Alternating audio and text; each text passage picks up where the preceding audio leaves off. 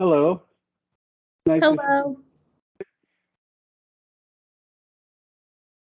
Did you hear that? Mm-mm. Oh, it's nice to see the first A student. Oh, glad to be here.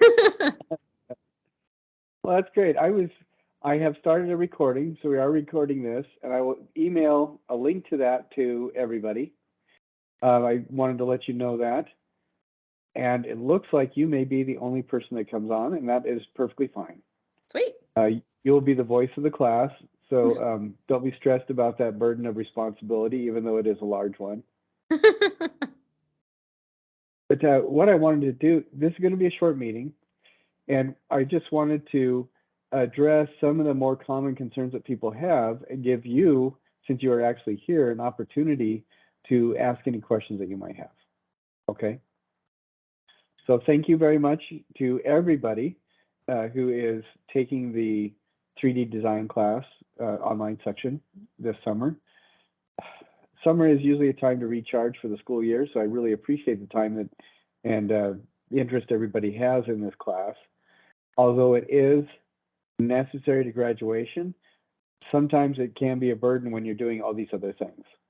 Like UVU students, more than any other group of students I've worked with, are very focused on getting things done and taking care of real world issues, being professional. So almost everybody has jobs. I bet you have a job, Maddie. hmm And it's always a struggle to balance your needs to be a member of a family, a member of a social group, your needs to get your job done, and also your needs for schooling. And I try really hard to make sure that I'm not a hindrance. So if I can help in any way, I'd love to know how I can do that. But this semester, we're going to be going through about a half a dozen different real world projects. And these are not designed so that everybody can create masterpieces to display. These are designed more as exercises so you can come away with a new knowledge about three-dimensional design in the physical world. Several people have thought that maybe this is a graphics class or a game design class, and it's not any of that. We are working with goopy things. We're working with things that make you sneeze. We're working with stuff that makes a mess. So that's one of the issues. I think the third thing we're going to be working on is carving foam. It is always a good idea to either A, have a vacuum cleaner to help clean that up, or take it over to somebody else's house and carve it in their home. Either way, whatever you want to do with that. Now, I'm going to be having my own kit, taking it out, and also doing demos as well. So that'll be part of this as well. And all those videos that I make, like I said, I will either send links to people, or if I can put it up on a YouTube channel, then I'll put it on our class YouTube channel. If you look up UVU 1130 or UVU Art 1130, that is, I believe will bring you to our YouTube channel that we've had for the last couple of years. And that will show you some of the things that other students have been working with. There's other stuff like during the regular semester when we have more than 7.5 weeks to cram all this in, we also have people do research or service learning projects, and so you can learn a little bit about those. But you have less than half the time that we normally have during the semester, and it's just not feasible to expect some of these service organizations to get back to you that quickly. So we aren't including that kind of a stuff in this course. We are basically just focusing on exactly what you need to do so you can come out of this course with the information that the university expects you to hold through the 3D design process. It is going to be a pain in the neck. It may very well give you headaches, but that's because you're learning a new skill, and every time you exercise a new muscle, sometimes there's a little discomfort involved. As you do this, we try to design the modules as best we can so that the discomfort and pain is minimal. I'm sorry, I really like Tim Burton, so I have a little slightly darker sense of humor. But first off, the textbook Have you been able to get that link for the textbook? Yeah. So I used the link, but I also rented it on Amazon, like a physical copy, and then got Oh, here like okay. the next day. So Really? That's that. yeah, so I have a physical copy of it because I didn't love how the link was working. Okay, yeah. If you stay on it for longer than about 55 minutes, it kicks you out and you have to reapply or re-enter. Mm-hmm. But one person that when actually every semester I have somebody go on Amazon and see the most expensive copy they can find, and usually we're talking about $250. So if you can get it for around 30 to 35 bucks, or even renting it, that's an awesome solution. Yeah. Don't spend more than that. So yeah, that's great. And that the online version is an older edition where the page the chapters aren't quite the same, but you should be able to get all the same answers. The text is really important. There's a lot of good stuff in there. I'm glad you got yourself a copy. The one thing that's really important about the text is that there's two things. One, it is very concise and good about delivering information about each of the uh, parameters of the assignments, the kind of goals for mental processing behind each of the assignments. But the other thing that's really good is that each of the quizzes has at least two questions that are pretty much ringers, specifically designed to see whether or not you have access to the actual textbook. Because all the other answers you can come up with through Google and everything like that, but to get those two answers correct, you've got to go to the textbook. And I think one of the things I may do too is if anybody has any questions about the quizzes, or as I look at the quiz and see that people are getting some things wrong, that's something that we will specifically talk about too in these recorded Teams meetings. So far, I've been really happy with the people that have done the quizzes. It's obvious that they have referred to the textbook, and that is excellent. Very good. One concern that has come up a couple times is about due dates. A couple of people have ordered textbooks, but were concerned that they weren't going to get here very quickly. And for this first week or so, I'm a lot more flexible, specifically because of that. People are still navigating the link or waiting on their textbook. I think, Maddie, that is a record that they gave it to you that quickly. I think specifically, especially at the start of the semester, it seems like the people at Amazon, if they know you're in desperate need, they want you to feel the pain, and they'll just put you on the back burner a little bit. I'm sure that's not company policy, but that we get stressed out, and that seems like that. So the due dates are there primarily to help people stay motivated and keep pushing along. And I am publishing a module. I'm trying to do a couple a week so that you'll always have something ahead to look forward to. But one thing I'm doing this semester specifically is making sure that you have to open up and read each element before the next element opens in each module. The reason for that is I have had previous semesters, and if you're guilty of doing this in one of your classes, that's totally fine. It will frustrate you in this class. But and I've done it as well, where you look at what is due and you just go do the assignment. When you notice the artist reviews, it makes a lot of sense when you go through the research beforehand, because then you know exactly the 5, 6, or 7 artists that I'm talking about. I have had people pull 7 artists completely out of their ears and just pick them randomly because they didn't bother reading that part first. So those essays that have been coming in have been really good to see because everybody's following the directions, and it just makes me happy. And it makes it a lot easier on you guys. You have to go through a lot less ibuprofen. So one thing that we don't have is regular office hours, and we have gotten some consistent questions through email, but I would much rather, if people have questions, they can send them to me and I'll address them in these videos that we do, or just show up if you can make it on the meeting time, and then we'll go over the questions then. What I find is more often than not, it's a lot easier to take the same 3 questions and answer them for everybody than to answer the same 3 questions for each individual, because generally the questions are pretty much going to be the same from everybody.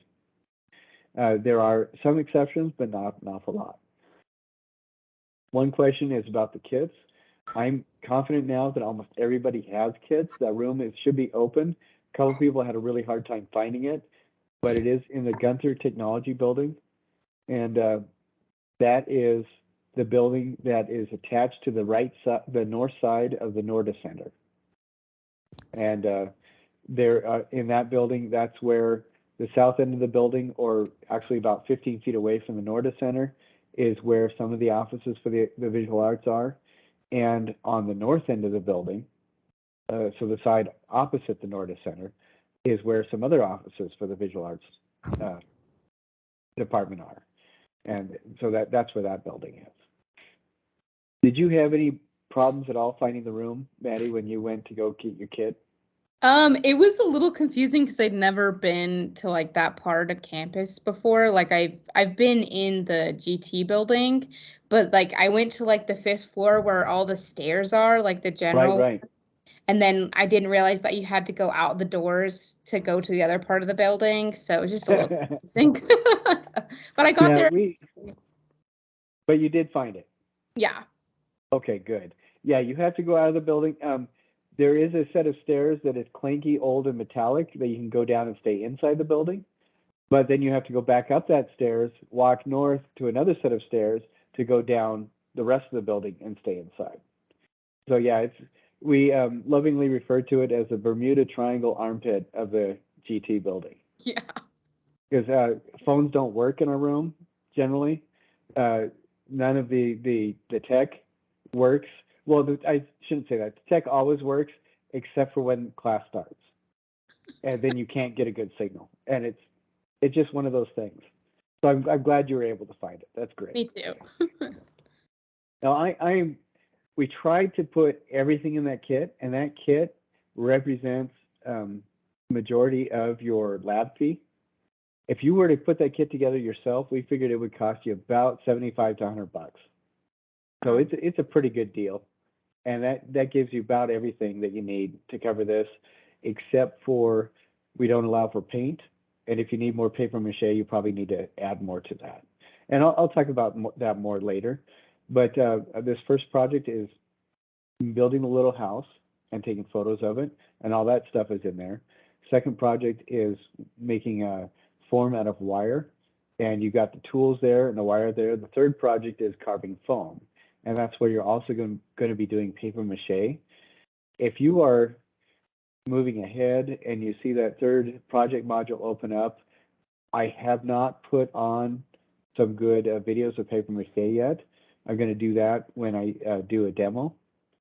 If you need more paper mache, what we've got there is a pretty good amount of stuff, but you can add to it by just making more with wood glue and water and adding your own flour. It's a pretty easy recipe to do, which is why we did it. But what's really cool about it is that it makes something that's super sturdy. And there's some more stuff we'll talk about when I get close to that, but I'm thinking that each week I'll probably primarily talk about that week's project while looking forward a little bit. So I do have one of these videos we're going to be talking about what abstraction means, and we'll talk about biomorphic abstraction, and I'll do that either over this weekend or next week, so you guys can be prepared for the next module. Now, how fast do you think you're going to be moving through everything? Does it sound okay if I get 2 modules? Well, I put 3 out this week, and I put another 2 or 3 out next week. Do you think that's going to be fast enough for you? I like to work ahead on things, so okay. I don't know. I don't know about everybody else. But right now, putting 3 out in the week has been fine. Like, I don't think I'd work any faster than that. Okay, because we're going to basically have just the opening module, and then I think about 7 is the total. So all the modules will be out by about the 15th.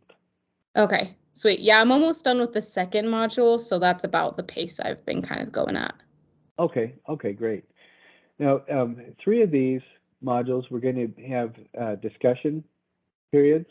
And the discussions, in that first module, we talked a little bit about critique, and that's going to be the subject of one of these Teams meetings as well. But we're not going to have a discussion for each of the modules. We're going to have this first one, we did this discussion.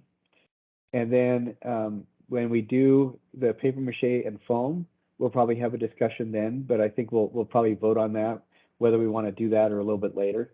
And then at the very end of class, end of time together, we'll have another discussion. So we're only going to have 3 of those. Each of them are going to be a little bit different, but that's also a little bit difficult with due dates, because if you're working ahead, you're going to be able to get your stuff online, but you may not be able to discuss anything else for a while until other people put their stuff on as well. And so please don't anybody panic about whether or not you've got that all done on time, because that's not something that you can control. So don't worry about that. And when you do your discussion, I try to be pretty clear. You refer back to that artistic critique. Again, we'll talk about what that means again. But what I also do is, like the very first discussion, the very first essay that people do, I'm a lot more lenient, because you're still learning too. You became an artist because you're not a professional writer most of the time, and I don't expect you to be. And that's why I say maybe the easiest thing to do would be to take those prompts, just copy them onto a Word document, and just write according to the prompts, because that's perfectly fine. But as we progress, you'll notice that the quizzes will have longer and longer essay questions, and the discussions it'll be a little bit more important to be able to articulate what you need to say. But that is not the case at the beginning, because like everything else, this is brand new. I'm really kind of glad, Maddie, that you're the only one here, because it makes everything a lot faster going through.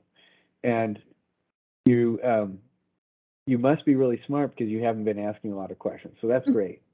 But I did want to say that I have had a couple questions about the final. It is mandatory that everybody participate in the final according to university policy, department policy. But I believe I did not edit out the part in the syllabus where it says that you're supposed to be present. You do not have to be present. Everybody's going to have to participate in the final. And for our class, what that will look like is ideally have a meeting where as many people as possible can get onto it. And we will talk about each of the projects and people's reactions to them. And then we'll also talk about what you learned and how it's going to affect the rest of what you do. And whoever can't make that meeting, it's going to be a lot easier on everybody if as many people as possible can make it. But we may have to have 2 meetings. And then I have had to do one-on-ones with people before. But it is a lot more interesting, and it's a lot easier for everybody to try as much as possible to get all together at once.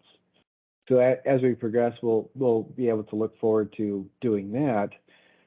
But just expect that each person, if they do not participate in the meeting as a group, will have to be in a meeting with me on one-on-one so we can talk about their work during the term. That's what the final is. And the university or the department policy is if people do not participate in that, and it will be up to if your stuff is all done and you're a little bit early, we could do it a little bit early. But what I'm planning on is the last 2 days of our scheduled term is when we will do the final stuff. And if somebody doesn't do that, the department mandates that they lose a whole grade. So I will do absolutely everything possible to make sure that we can connect, but it's also imperative for each student to make sure that we connect at some point. One thing that does not work is, and believe it or not, I got a call last year, somebody couldn't make the final on campus and was calling me to tell me while they were on a short layover, from an airport bathroom. The smart thing to do, if you know you're going to be unable to communicate or unable to participate on that last day or so, let me know as soon as possible so that we can make other arrangements. The worst thing to do is, Jason and I and others have all had this happen. 2 weeks after the end of the term, somebody calls up and says, "Hey, I don't understand why my grade is so low." And then, well, did you make the final? No. 2 weeks later, after the end of the semester, is not the best time to call. That's the message there. All right, that's everything that I needed to get through. Maddie, do you have any questions about any of the things you've been doing? No, I think the only question I had was if we're allowed to work ahead and if that's okay to do, but you already answered that, so. Yeah, and I think from my perspective, I like having each of the portions trigger the next one as opposed to being able to do everything at once. Is that helpful at all to you? Yeah, it's really helpful to be able to go from one thing to the next, and it just it made it really easy for me. All right, great, excellent. Because that's what I know you probably have a job. I think you already said you had a job. Mm-hmm. I want to make this easy on people without and still maintain something so that you can learn. And working ahead should not be a problem at all as long as everything is done in sequence. And if you're finding that that's helpful, that's ideal. Sweet. So excellent. And then I had one more question about the work logs. I know that you kind of put like a basis of how many hours we should be spending. Is it okay to spend a little less time on it, or are we trying to shoot for the full amount of time? This is a really good question. And this is something that I usually like to talk about at the beginning of the term, which this is. So very, very fortuitous. As we're working, you've been an artist for a while. You've been in a situation where you come to your senses and you realize that your legs are asleep because you've been working for 2.5 hours. You did not realize the time went by at all. Am I right? Mm-hmm. Another term for that is being in flow state or being in the flow. And ideally, what we're trying to do is create new neural pathways for 3D design. And the best way to do that is to create an environment where we work for a certain amount of time and try to get into that flow state, because that starts cementing those new neural pathways and makes it a lot easier on you as you learn more about 3D design. And part of that, I would recommend, whatever your project, spend at least an hour at a time on whatever it is that you're doing. The reason I say that is because at my work, every time I get pulled away, it takes at least a half an hour to recover where I was at, pull up everything I need to, and get back in the same mental frame of mind to start working again. Now, with the time recommended, I would recommend using as much of that time that's recommended as possible, because a lot of the times, if we do it too quickly, we kind of miss the opportunity to gain some of those lessons. And I would consider, if you can, if you finish half an hour early, that's probably fine. But if you find that you're finishing and you've only used up 70% of the suggested time, that usually represents a few hours, I would recommend going over it and reworking or working on it more until you get up to closer to that time. Because what that usually means is you've solved things, but perhaps not really challenged yourself. And so that's what I would recommend. Some of these, like the wire, there is a steep learning curve on the wire. If you're done with that way too quickly, look over and look at the examples that I've given about detail and structure. For the carving, if you're done with that fairly quickly, this is a carving that's supposed to be a biomorphic abstraction and smooth. Some of the ones that what I've noticed consistently is that the more time people put in, that's directly related to the greater grade. So that's I guess that's 3 answers that I give them for the one question, which means that you've gotten your money's worth. Yeah. So the first answer is achieving flow state is important. So working for a specific amount of time is really helpful. Second is working for a certain amount of time after the time that you're used to is more beneficial because it challenges you a little bit more. And then the third is there is a direct correlation between amount of time worked and grade. And it's not because I'm judging by the amount of time worked. It's because when you put more effort in, it's obvious to viewers almost all the time. Does that help? Yep, that answers everything. Excellent, great. All right, then we are all done unless you have any other questions. I'm good. Okay, then I'm going to turn off the recording and say thank you to everybody, and I will email this to everybody just as soon as I get it back.